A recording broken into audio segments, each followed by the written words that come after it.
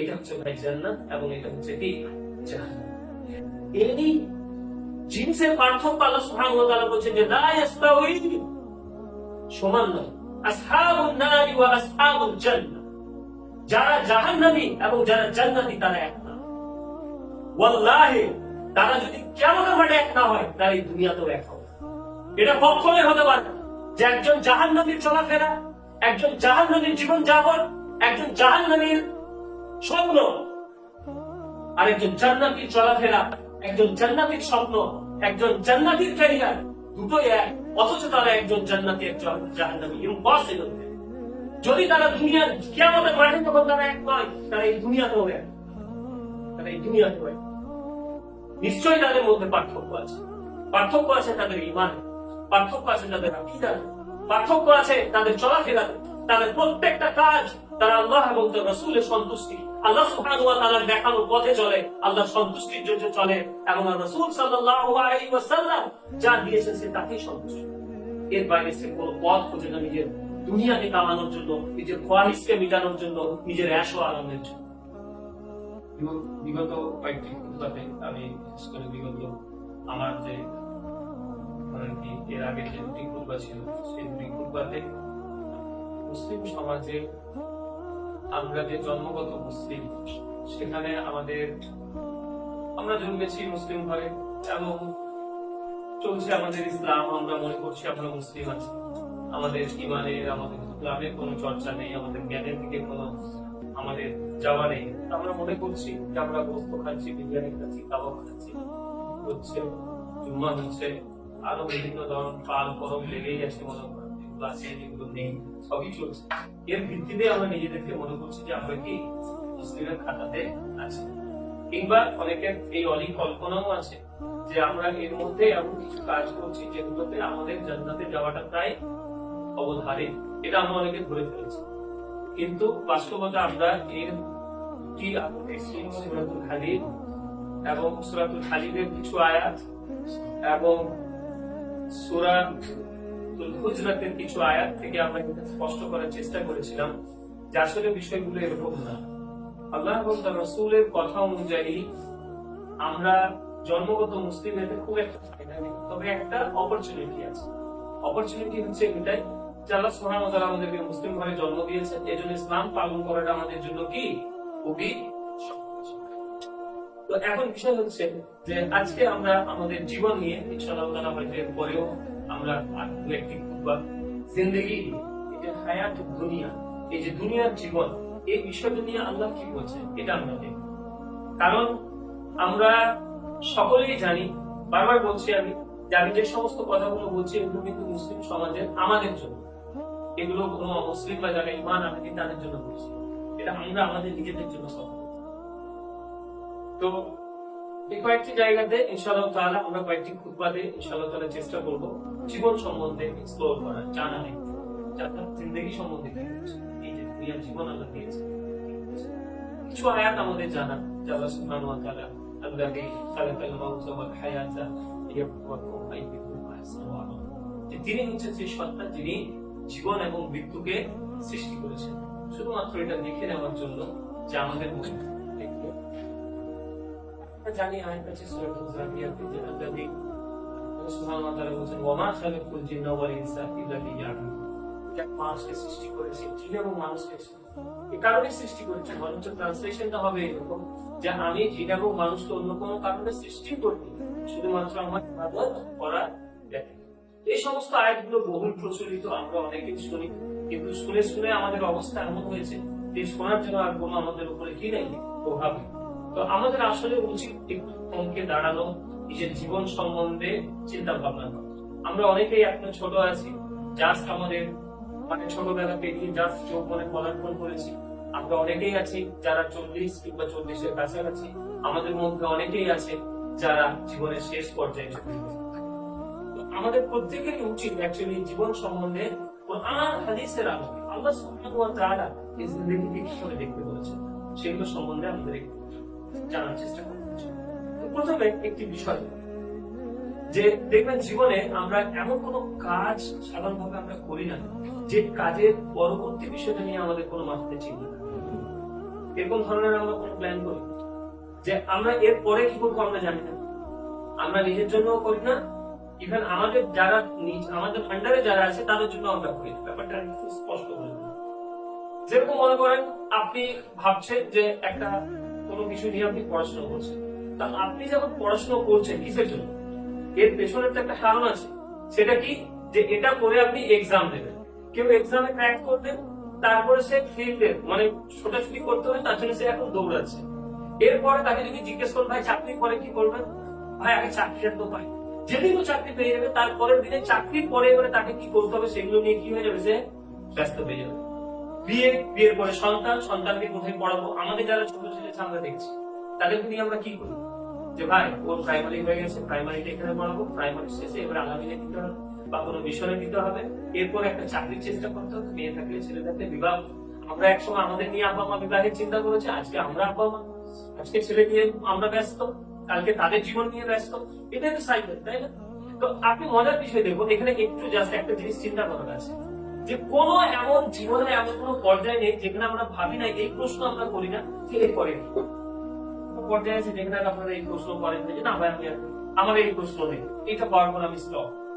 আমাদের ইচ্ছা ছিল মসজিদ করি ভাই, আমরা একটা জায়গা পাচ্ছিলাম না মসজিদ করার, এখন মসজিদের পরে বলে মনে হচ্ছে যে যা প্ল্যান আগে ছিল তার থেকে বেশি আরো মাথাতে চাপ, তাই না? আর তখন কি মনে হতো যে একটা বন্ধু চালা বলেই হলো খালাস, কিন্তু তাই হচ্ছে কি আলাদা দুনিয়া, এটা হচ্ছে কি দুনিয়া।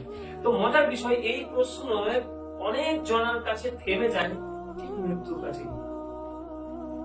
আমরা এই প্রশ্ন করি না যে এর পরে মৃত্যু, বোঝা গেল কি করবো, মানে আমি যদি আমার লাইফ নিয়ে চিন্তা করি, আপনি যদি আপনাকে কি করবেন, যে হ্যাঁ ঠিক আছে এটা করতে হবে, ছেলে মেয়ে মানুষ হবে, তাদেরকে বিয়ে শাদী দেবো, আমি একটা বয়স কেটে যাবো, আমি ব্যবসাটাকে ঠিক করবো, তারপরে কি হবে, মারা যাবো। তো এরপরে কি প্রশ্ন করি যে আমি মরার পরে কি, এরপরে নিয়ে কিন্তু আর কি নেই, চিন্তা নেই। অ্যাকচুয়ালি ইসলামে আপনি কিভাবে ইসলাম পালন করবেন এটা নির্ভর করে আপনার এই একটি প্রশ্নের উপর। আপনি যদি প্রশ্ন করেন নিজের যে এরপরে এরপরে এরপরে এরপরে কি আমি কি হবো, একদিন মারা যাবো, তো মারা যাবো এরপরে কি হবে, এই প্রশ্ন যে যত বেশি করতে পারে সে তত বেশি ইসলামকে কি করতে পারে, সুন্দরভাবে পালন করতে পারে। কারণ রাসূল সাল্লাল্লাহু আলাইহি ওয়াসাল্লামের কাছে একজন মানে কিছু সাহাবীরা এসে একজনের খুব নাম করছিলেন, তখন রাসূল সাল্লাল্লাহু আলাইহি ওয়াসাল্লাম জিজ্ঞেস করলেন তাদেরকে যে তোমরা যার কথা বলছো সে মৃত্যুকে কিভাবে স্মরণ করে, কিরকম স্মরণ করে, তার কাছ থেকে তোমরা মৃত্যু কথা ভাই ঠেস দিয়ে বলতে না, তোমরা মৃত্যুর কথা তোমাদের সাথী কেমন স্মরণ করে। তো সাহাবীরা বলছেন ইয়া রাসূলুল্লাহ, তাকে আমরা অন্যান্য কথা বলতে শুনি কিন্তু মৃত্যুর সেরকম কথা বলতে শুনি না। তাহলে রাসূল সাল্লাল্লাহু আলাইহি ওয়াসাল্লাম বলছেন যে তোমরা তোমাদের সাথীকে যা মনে করো সে কিন্তু তা না। তো এখান থেকে কি বোঝা যায় যে একটা মানুষ কতটা বিচক্ষণ, একটা মানুষ কতটা বুদ্ধিমত্তার পরিচয় দিচ্ছে, এটা জানা যায় কোথা থেকে, যে সে মৃত্যুকে কতখানি চিন্তা ভাবনা করে, তার চিন্তাতে মৃত্যু কতখানি আছে। তো আমাদের লাইফে অনেকেই মানে লাইফে বলা মানে আমাদের প্রত্যেকটি জীবন এমন প্রায় মাস যায় বা বছরে অ্যাটলিস্ট 2-3টে দিন যায় যেখানে আমরা কারো না কারো মৃত্যুতে কি করি, মৃত্যু জানাজাতে আমরা শরীর খাই, তাই না? বিগত 1 মাসের মধ্যে আমরা হয়তো 4-5টা অলরেডি জানাজা দিতাম।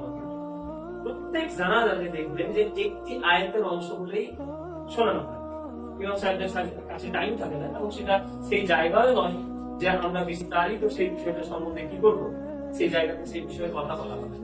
তো আম মানুষ যারা আমাদের এখানে মানে আমাদের দৈন্যতা হচ্ছে এটা, আমাদের মানে কি বলবো যে আমাদের দুর্ভাগ্যও বলতে পারেন এবং আমাদের গাফিলতিও বলতে পারেন, যে আমরা আকস্মিক ভাবে কোরআনের দু একটা যা শুনি সেটাই আমাদের শোনা, এর পরে যে কি আছে সেগুলো নিয়ে আমরা চিন্তা। তো আমার মনে হয় যে আম মানুষ সব থেকে বেশি যে আয়াতটা শুনে থাকে সেটা হচ্ছে আয়াতের অ্যাকচুয়ালি একটা অংশ, সেটা কি কুল্লু নাফসিন যায়িকাতুল মাউত। প্রত্যেকটা জানাজাতে প্রত্যেকটা মানুষ যে হয়তো যে ইসলাম আমাদের সমাজে এখন কিছু প্রচলন আছে যে কেউ 5 ওয়াক্ত সালাত আদায় করে না, জুম্মাও পড়ে না, একটু করে এগিয়েছেন ভাই তাহলে সুবিধা হতে পারে, যে এমন অবস্থা যে হয়তো 5 ওয়াক্ত সালাত আদায় করি না কিন্তু আমার কাছে জানাজা নামাজটা কি খুবই গুরুত্বপূর্ণ, অথচ আমরা জানি যে জানাজা সালাত হচ্ছে কি কিফায়া। কিছু মানুষ যদি জানাজা পড়ে নাই, তাহলে বাকি মানুষদের উপর আর গুনাহ থাকে না। তবে হ্যাঁ, পড়াটা অবশ্যই সওয়াবের কাজ এবং প্রচুর নেকি রয়েছে। তারপরে আমরা ওই জানাজাতে যাই এবং সেখানে একটা আয়াতের অংশ শুনি এবং প্রত্যেকের প্রায় মুখস্থ, সেটা হচ্ছে এই যে কুল্লু নাফসিন যায়কাতুল মাউত। তো এখন আজকে ইনশাআল্লাহ তাআলা আমি এই আয়াতটাকে বেস করে কিছু কথা বলবো ইনশাআল্লাহ। তো আয়াতটা আমরা আজকে মানে সম্পূর্ণ শুনবো ইনশাআল্লাহ। আল্লাহ সুবহানাহু ওয়া তাআলা বলেন কুল্লু নাফসিন যায়কাতুল মাউত, যে নিশ্চয়ই প্রত্যেকটা নাফস, এখানে প্রত্যেকটা নাফস মানে প্রত্যেকটা প্রাণ, প্রত্যেকটা ভাবে খাস ভাবে ইনসানদের জন্য, আর এমনিতে প্রত্যেকটা যারই প্রাণ আছে সেই একদিন না একদিন কি করবে, মৃত্যু স্বাদ গ্রহণ করবে। এই আয়াতে যাদের জন্য কথা বলা হচ্ছে সেটা কাদের, মানুষের জন্য। আল্লাহ সুবহানাহু ওয়া তাআলা বলেন কুল্লু নাফসিন যায়কাতুল মাউত, নিশ্চয়ই প্রতিটি প্রাণী কি করবে, মৃত্যু স্বাদ গ্রহণ করবে। ওয়া ইন্নামা তুওয়াফাউনা, এবং প্রত্যেককে দেওয়া হবে, কি দেওয়া হবে, প্রতিদান দেওয়া হবে, উজুরাকুম ইয়াউমাল কিয়ামাহ, ইয়াউমাল কিয়ামাহ, যে প্রত্যেককে তাদের যে কাজ তারা করে সেই কাজের আজর দেওয়া হবে। আজর মানে কি, প্রতিদান, তাদেরকে সেই কাজের প্রতিদান দেওয়া হবে। এখানে বুঝতে হবে যে আল্লাহ সুবহানাহু ওয়া তাআলা মৃত্যুর পরে একটা আয়াতে কি বর্ণনা করেছেন, পুরো জিন্দেগি বর্ণিত হয়েছে। আল্লাহ সুবহানাহু ওয়া তাআলা বর্ণনা করেছেন যে ওয়া ইন্নামা মানে অনেকে শুধু বলে যে নিশ্চয়ই, কিন্তু অ্যাকচুয়ালি ইন্নামার মধ্যে নিশ্চয়ই না। ইন্নামা অর্থ হচ্ছে শুধু মাত্র বা প্রকৃতপক্ষে।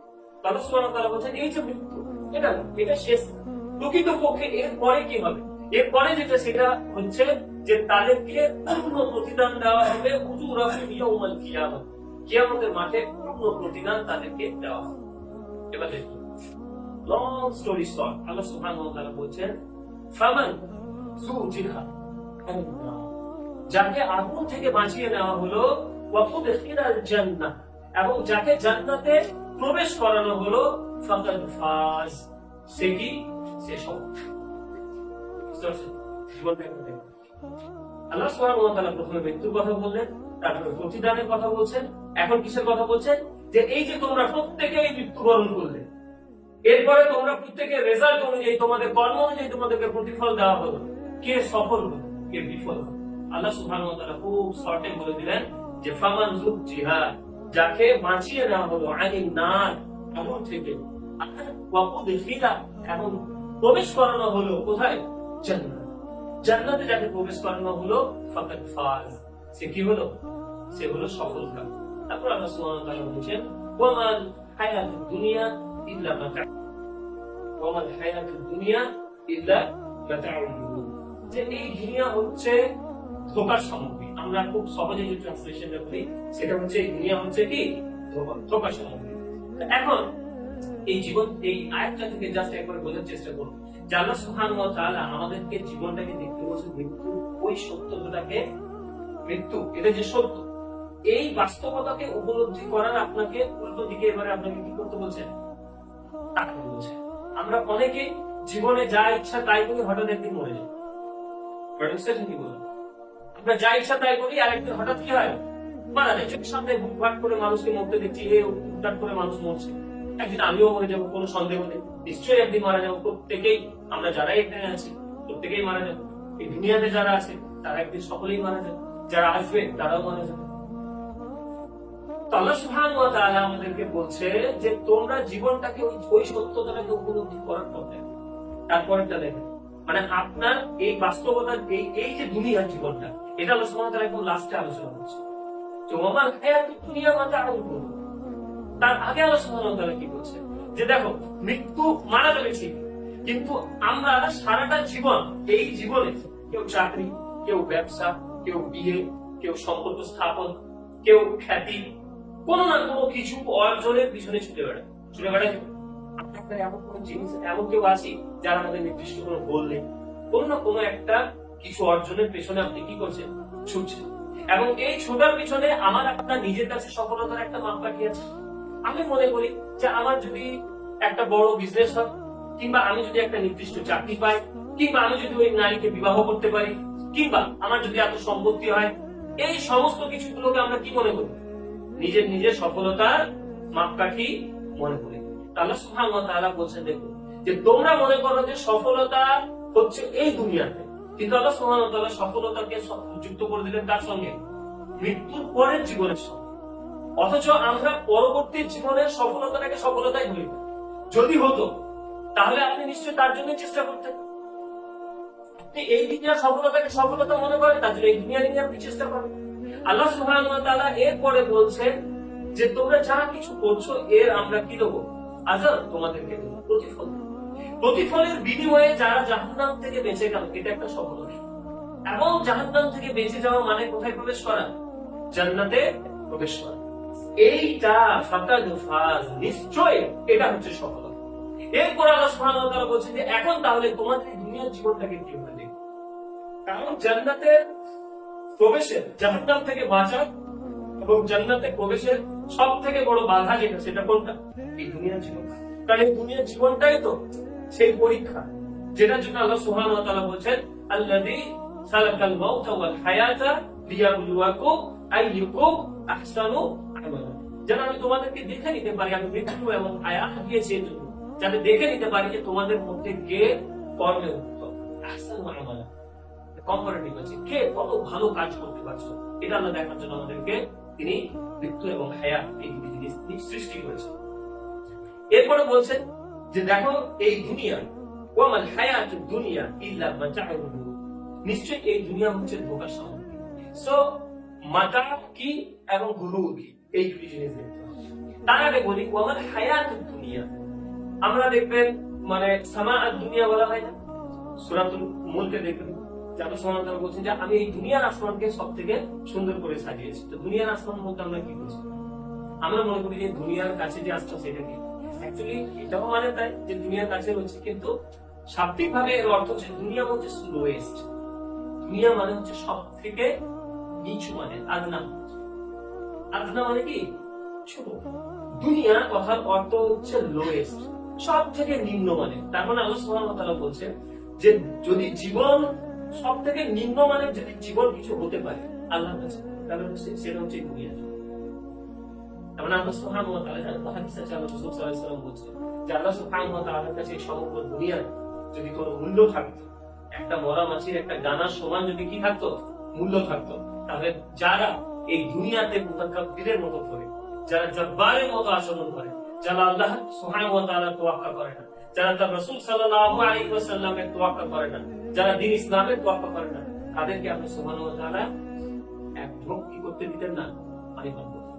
অথচ দেখেন এই দুনিয়াতে যারা আল্লাহকে মানে, যারা রাসূলকে মানে, যারা দ্বীনকে মানে, তারা সব থেকে লাঞ্ছিত, বঞ্চিত, নিপীড়িত, তাদের বেজ্জত সব থেকে বেশি। আর যারা কাফের, যারা মুশরিক, যারা কোনো কিছু পরোয়া করে না, তারা কি করে? তাদের বলবালা দুনিয়া, এটা আল্লাহ তাদেরকে ছাড় দিয়েছে।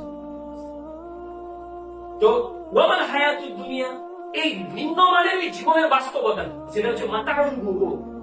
এই দুনিয়ার যাবতীয় জিনিস যা কিছু দেখছেন এগুলো হচ্ছে মাতা, এগুলো হচ্ছে প্রয়োজনীয় সামগ্রী।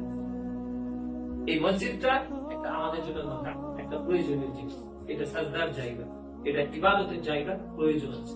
কিন্তু এই মসজিদের ভিত্তিতে যদি আপনি এখন কাউকে থেকে অহংকার করেন, এই মসজিদের ভিত্তিতে যদি আপনি বড়াই করেন, এই মসজিদের ভিত্তিতে যদি আপনি কাউকে ছোট করেন, তাহলে এটাই আপনার কি হয়ে যাবে? গুরুকে পরিণত। গুরু কথার অর্থ কি? প্রতারণা। তারপরে আল্লাহ সুবহানাহু ওয়া তাআলা বলছেন যে এই দুনিয়ার যাবতীয় সামগ্রী এগুলো হচ্ছে মাতা। মাতা কথার অর্থ হচ্ছে প্রয়োজনীয় সামগ্রী। তো ইসলাম বলছিলেন যে কোন একজন সাহাবী, কোন একজন স্কলার, তিনি মাতা এই শব্দটার মানে অ্যাকচুয়াল অর্থ কি, মানে বেদুইনরা কিভাবে এই অর্থটাকে বোঝেন, এটার জন্য তিনি দীর্ঘদিন থেকেছেন, মানে কোরআনের বিভিন্ন বিষয় বোঝার জন্য, জানার জন্য।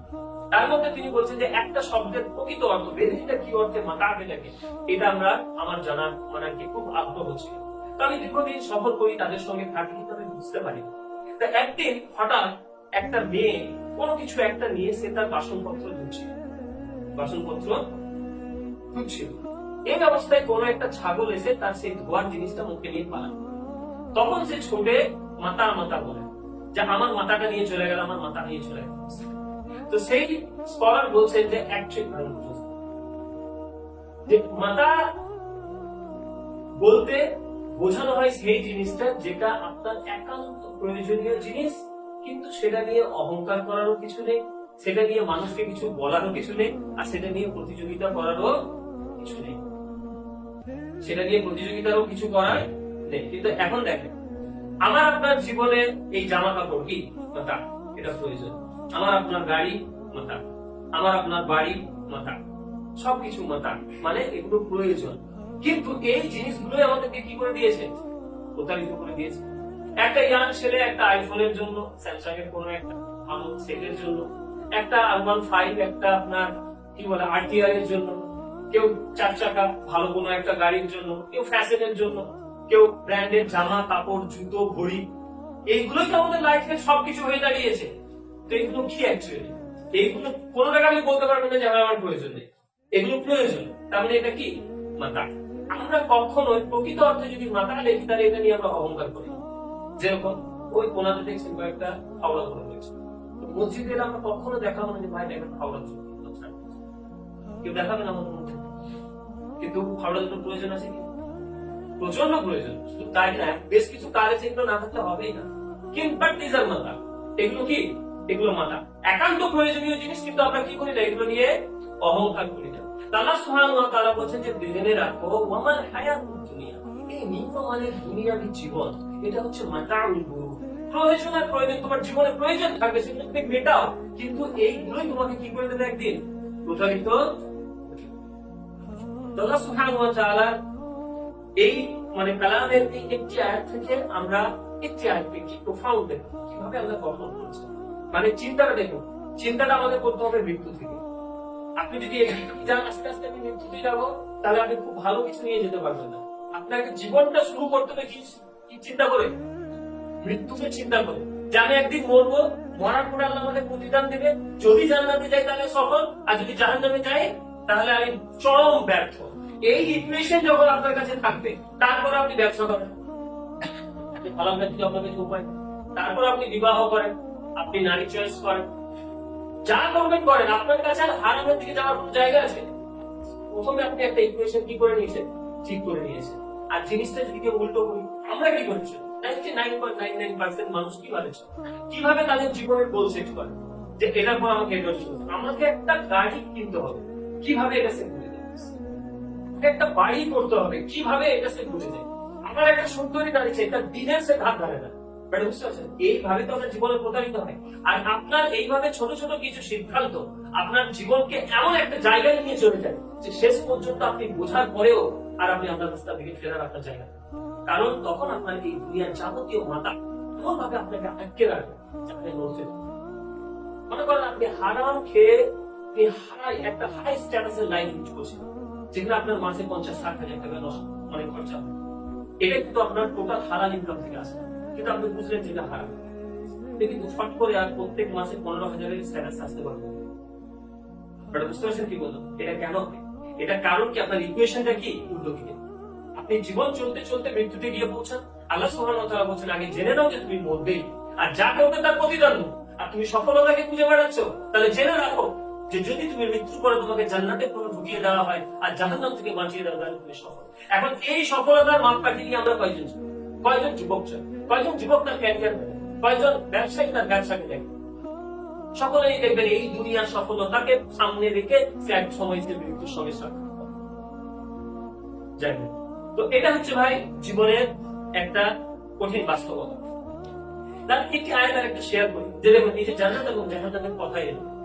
আল্লাহ সুবহানাহু ওয়া তাআলা সূরা হাশরের 20 নম্বর আয়াতে বলেন লা ইয়াস্তাওয়ি আসহাবুন নারি ওয়া আসহাবুল জান্নাহ। লা ইয়াস্তাওয়ি কখনোই সমান নয়। কি সমান নয়? আসহাবুন নারি ওয়া আসহাবুল জান্নাহ, যারা জাহান্নামের অধিবাসী এবং যারা জান্নাতের অধিবাসী তারা কখনোই কি নয়? সমান নয়। আসহাবুল জান্নাতি হুমুল ফাইজুন, আবার সেই ফাজিল আসহাবুল জান্নাতি হুমুল ফাইজুন, যারা জান্নাতি তারাই হচ্ছে সফলতা। এবার দেখেন মজার বিষয় হচ্ছে যে আল্লাহ সুবহানাহু ওয়া তাআলা বলেন যে এখানে একটা বিরাট বড় ধরনের পার্থক্য আছে। এবার পার্থক্যটা তো আখিরাতে হবে যে জান্নাতীরা জাহান্নামীরা কিনা সমান না। জান্নাতী এবং জাহান্নামীদের মানে কি ধোঁকার তো দূরের কথা, আল্লাহ সুবহানাহু ওয়া তাআলা বলছেন এই দুনিয়া থেকে সব থেকে সেই হাদিসে আছে আল্লাহ রাসূল সাল্লাল্লাহু আলাইহি ওয়াসাল্লাম বলছেন যে আল্লাহ সুবহানাহু ওয়া তাআলা এই একটি হাদিসে অনেক উত্তর রয়েছে আমাদের জীবন সম্বন্ধে। আল্লাহ রাসূল সাল্লাল্লাহু আলাইহি ওয়াসাল্লাম বলছেন যে আল্লাহ সুবহানাহু ওয়া তাআলা এই পৃথিবীতে সব থেকে আরাম আয়েশে খ্যাতিতে মানে ফেম যা কিছু মানুষ একটা কল্পনা করতে পারে সেই সমস্ত কিছু নিয়ে সে জীবনযাপন করেছে। এই ধরনের একটা মানুষকে, অথচ সে দুনিয়াতে আল্লাহকে চেনেনি, জানেনি, মানেনি, এই ধরনের একটা মানুষকে আল্লাহ সুবহানাহু ওয়া তাআলা কিয়ামতের মাঠে ডাকবেন এবং তাকে আল্লাহ সুবহানাহু ওয়া তাআলা নির্দেশ দিবেন যে একে একবার শুধু জাহান্নামে ঢোকাবা বের করো। তো সেই ব্যক্তিকে যে সারাটা জীবন সোনার চামচ নিয়ে জন্মেছিল, চামচ নিয়ে মরেছে, এরকম অবস্থা, সেই ব্যক্তিকে জাস্ট আল্লাহ সুবহানাহু ওয়া তাআলার নির্দেশে একবার জাহান্নামে ঢুকিয়ে বার করা হবে। তো তাকে আল্লাহ সুবহানাহু ওয়া তাআলা প্রশ্ন করবেন যে তুমি কি জানো খায়র কি, ভালো কি তুমি কি জানো? সে বলবে হে আল্লাহ, আপনার ইজ্জতের কসম করে বলছি ভালো কি এই জিনিস আমি জানি, খায়র কি এই জিনিস জানি। তার মানে দেখেন তার সারাটা জীবনে তার যত চাওয়া পাওয়া যা কিছু সে চেয়েছিল, যেভাবে সে জীবন যাপন করেছিল, জাহান্নামের একটি মুহূর্ত সবকিছু তাকে কি করবে, ভুলিয়ে দেবে। আজকে জানেন গাজাতে কি চলছে, মানে আল্লাহর পরীক্ষা এবং আমাদের জন্য ফিতনা। গাজাতে এখন ঠান্ডা, তার উপরে মারাত্মক ধরনের বন্যা। একে তো তাদের ঘর বাড়ি নেই, আছে ত্রিপল, তারপরে আবার সেই তাঁবুগুলোর অর্ধেক পানিতে ভর্তি হয়, মানে সত্যিকারে বলছি, মানে দেখা যাচ্ছে সেখানকার তারা এত স্ট্রং। সেই মহিলা আল্লাহর কাছে দোয়া করছে যে আল্লাহ আপনি আমাকে ছোট ছোট বাচ্চা নিয়ে ছোটাছুটি করছে, সত্যিকারে ভাই দেখা নেই। তো এদেরকে নিয়ে আমরা কি করবো? সুবহানাল্লাহ, কেমন কষ্ট হচ্ছে। কিংবা অনেক এথিস্ট যারা নাস্তিক, তাদের একটা বড় প্রশ্ন, আল্লাহ যদি থেকেই থাকবে তাহলে এদেরকে আল্লাহ কষ্ট দিচ্ছে।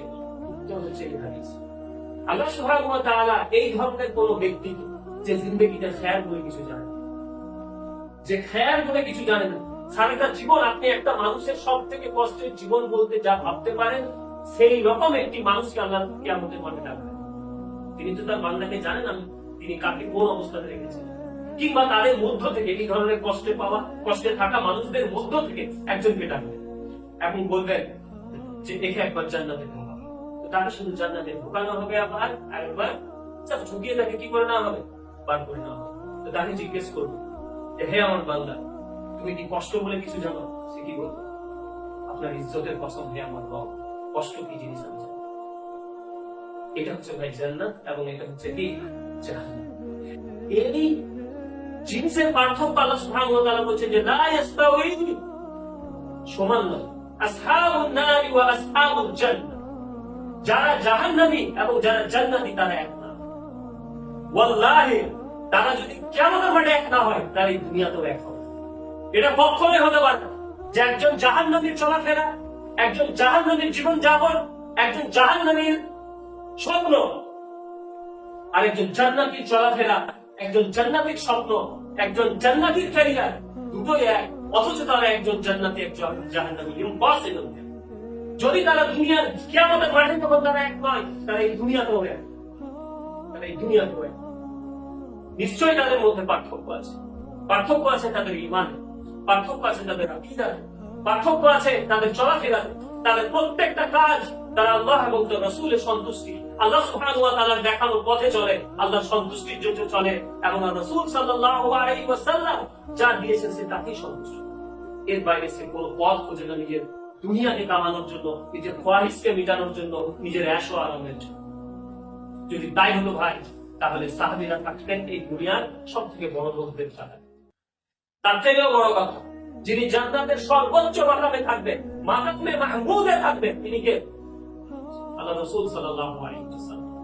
আয়েশা রাদিয়াল্লাহু তাআলা আনহা বলছেন, এমন সময় পেরিয়েছে যে আমাদের 2-3 মাস পেরিয়ে যেত আমাদের ঘরে আগুন জ্বলত। খেতেন কি? ওই দুটি জিনিসের উপরে দুটি কাগজ, একটা হচ্ছে খেজুর আর একটা হচ্ছে কি পানি। আপনি বলেন যদি দুনিয়া যদি কিছু হতো তাহলে কার জন্য খুলে দেওয়া হতো? আল্লাহ রাসূল সাল্লাল্লাহু আলাইহি ওয়াসাল্লাম। আজকে টোটাল আমরা প্রত্যেকে প্রতারিত কিসের জন্য? শুধুমাত্র হায়াত দুনিয়া, লোয়েস্ট লাইফ, সর্বনিম্ন এই জীবনের জন্য আজকে আমরা সমস্ত কিছু দৌড় ভুলে যাওয়া, মানে আল্লাহকে ভুলে যাওয়া, তার রাসূলকে ভুলে যাওয়া, এই দিনকে ভুলে যাওয়া।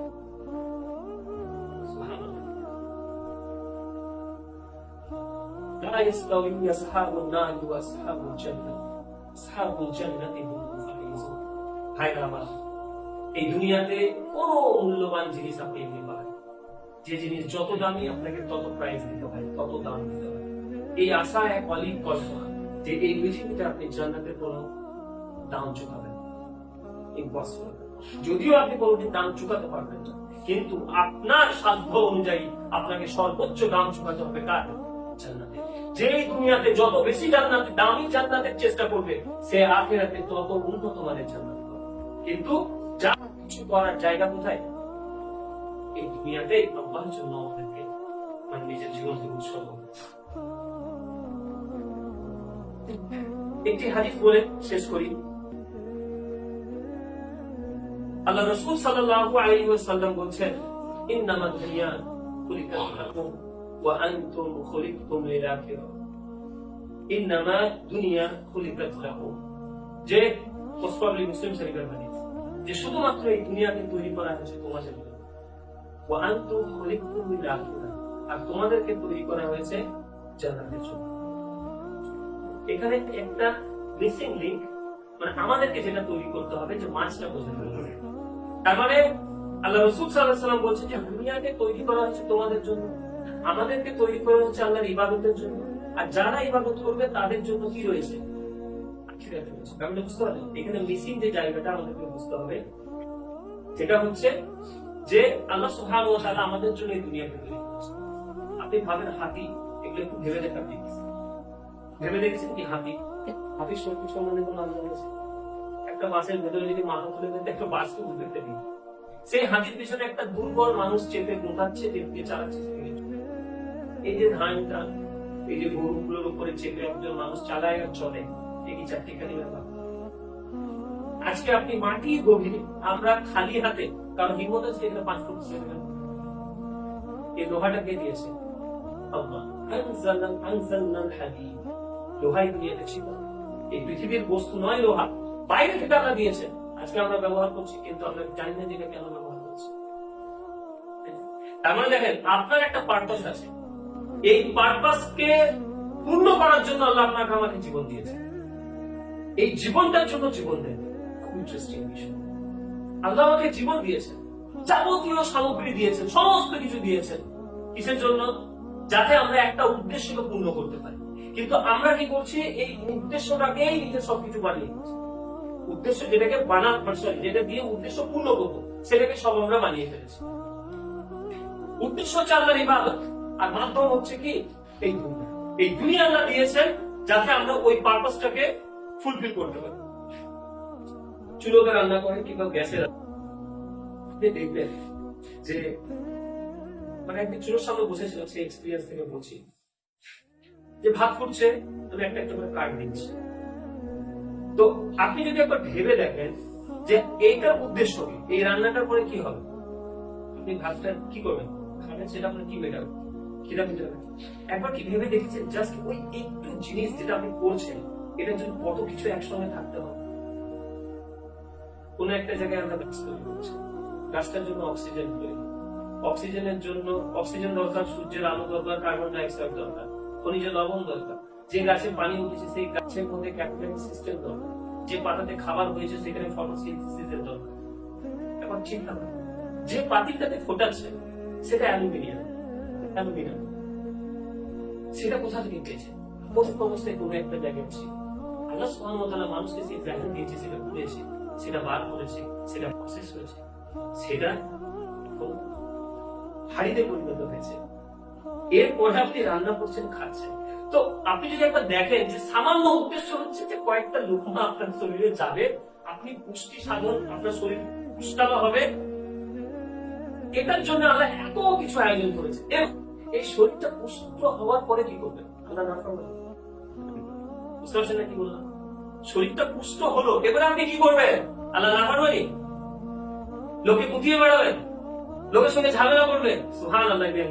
এত কিছু আল্লাহ করেছেন যাতে আপনি সুস্থ থাকেন, আপনার শরীরে শক্তি থাকেন, আপনি কি করবেন? আল্লাহ ইবাদত করবেন। এই ইবাদতটা হচ্ছে কি? সব কিছুর পারপাস, সব কিছুর মূল লক্ষ্য হচ্ছে আল্লাহর ইবাদত, আর বাকিগুলো হচ্ছে মিনস, বাকিগুলো হচ্ছে মাধ্যম।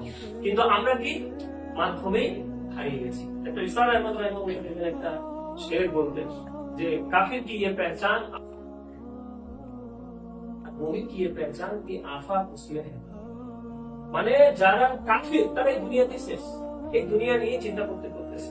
যারা মুমিন এই দুনিয়া তাদের মধ্যে শেষ, কারণ তাদের আসল চিন্তা কোথায়? আল্লাহ সুবহানাহু ওয়া তাআলা এই একটি আয়াত আলোচনা করলাম, কিন্তু অনেকগুলি আয়াত ছিল, পরবর্তী এগুলোতে ইনশাআল্লাহ আমরা আলোচনা করব। ওয়া আখিরু দাওয়ানা আলহামদুলিল্লাহি রাব্বিল আলামিন।